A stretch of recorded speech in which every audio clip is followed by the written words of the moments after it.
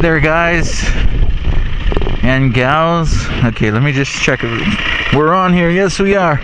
Okay, good to go. Wasn't really sure that it's hard to feel the button through the gloves.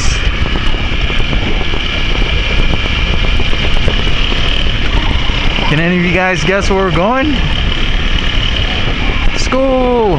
Yep, that's right. On our way to school once again.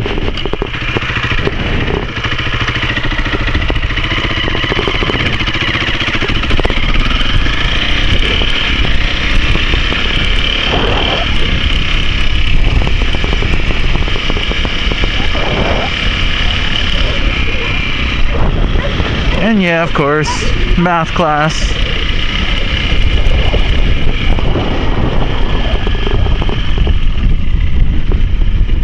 Math is not hard for me.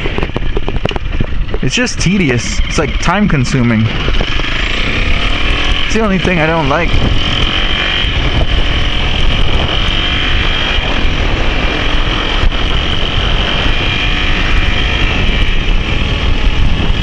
But it's pretty rewarding when you find the answer that solves the problem. Just like anything in life, you know, come across a problem, when you solve it, kind of happy you did, and kind of feel, you know, a sense of accomplishment at the end, I guess you could say, is the best way to put it.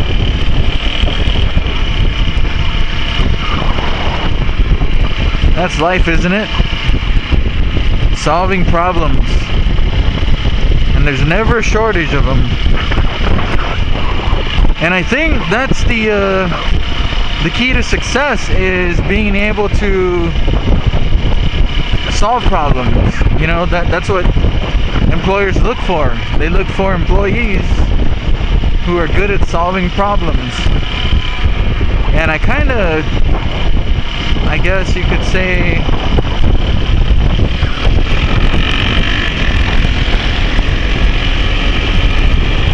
I'm pretty good at that. In my personal life and my professional life and my academic life. I'm pretty proud of it, but that came with experience. You know, most things, well, I guess there's a lot of things you can learn from books, but you have to pair it up with life experience, you know, actual training, on-the-job training, and real life situations. And I guess I can kind of attribute the success to my childhood. You know, growing up here in Guam, I won't say that we didn't have a lot to do. There was a lot to do, but a lot of the stuff was, you know, done outdoors, outside. A lot of our entertainment wasn't in front of the TV. And I grew up when Atari, I was little, very little when the Atari came out, and then a little bit older when Nintendo and all that came out. So I kind of grew up with the video game age, but it was really, really regulated. So I didn't spend much time on the video games. And so what I spent my time mostly on was on my bike. For me, my bicycle was freedom, you know.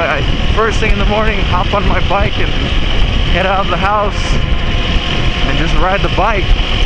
And that was my first experience with mechanical training.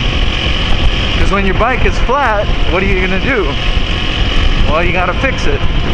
So what do you gotta do to fix it? You gotta take your your wheel off and the casing and take out the inner tube and patch it up and put it all back on.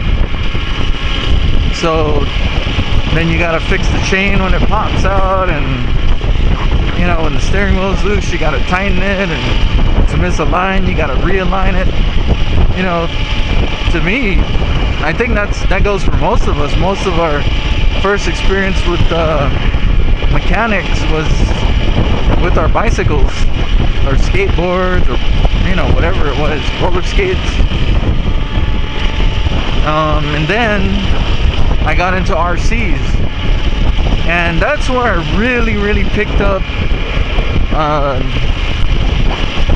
the inner workings of gears and motors and batteries and, you know, transmitters, receivers. That's a really good learning tool.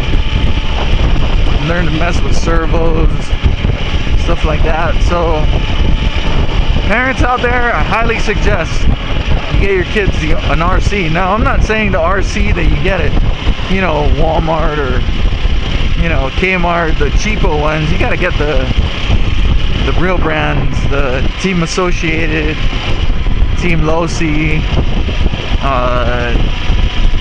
Tamiya, Kyosho.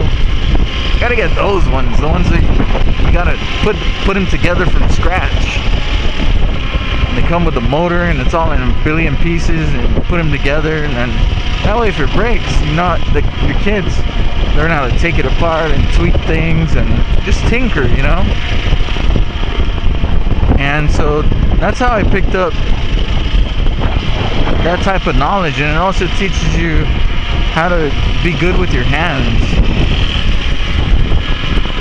So after RCs, what came next was mopeds. I grew up, had a moped. My dad got me a 50cc Suzuki FA50.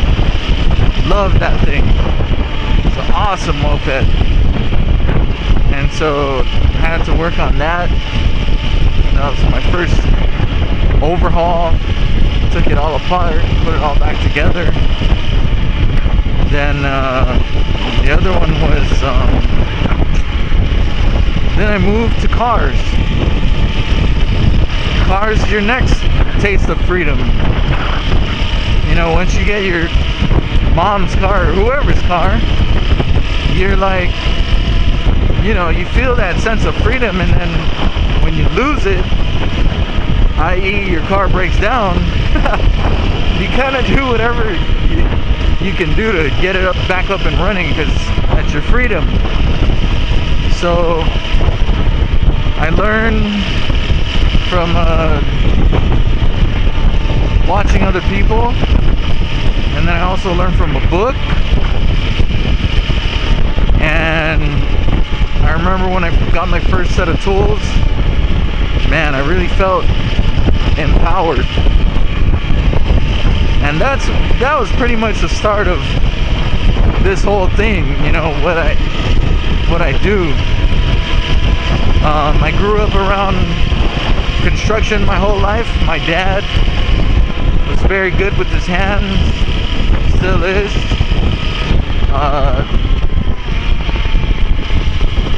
In my opinion, way better than I'll ever be. He's a great, amazing carpenter. Believe it or not, so is my mom. So I grew up around that. I grew up around power tools and lumber and the smell of sawdust and, you know, mixing concrete. And so I grew up knowing how to use my hands. And to me, that's one thing kids are lacking today, is experience with that. A lot of them don't have that training anymore.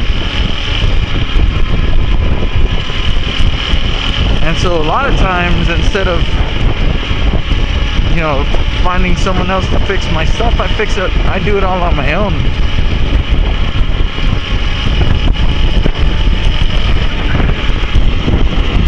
And that goes back to problem solving, you know?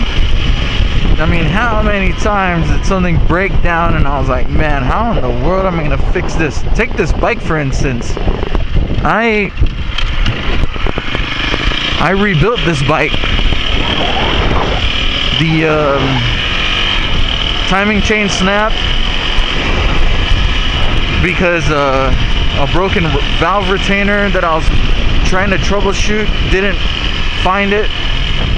And so in my tinkering, I actually messed up and lost the retainer screw inside the valve cover, and it got caught in the timing chain. Timing chain snapped and it bent the valve.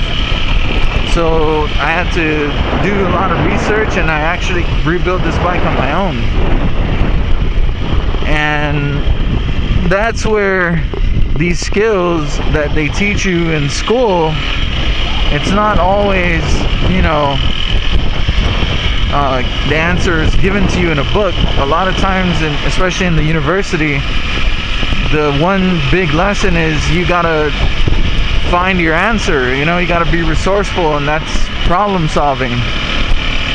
So anyway, get out there and solve problems, guys. I got one coming up. I got math class. I'm gonna have a few. So I'm gonna let you guys go now. Please like, subscribe my videos. If you guys want to see anything or watch anything, please comment, let me know. Email, contact me. Anyway, ease out.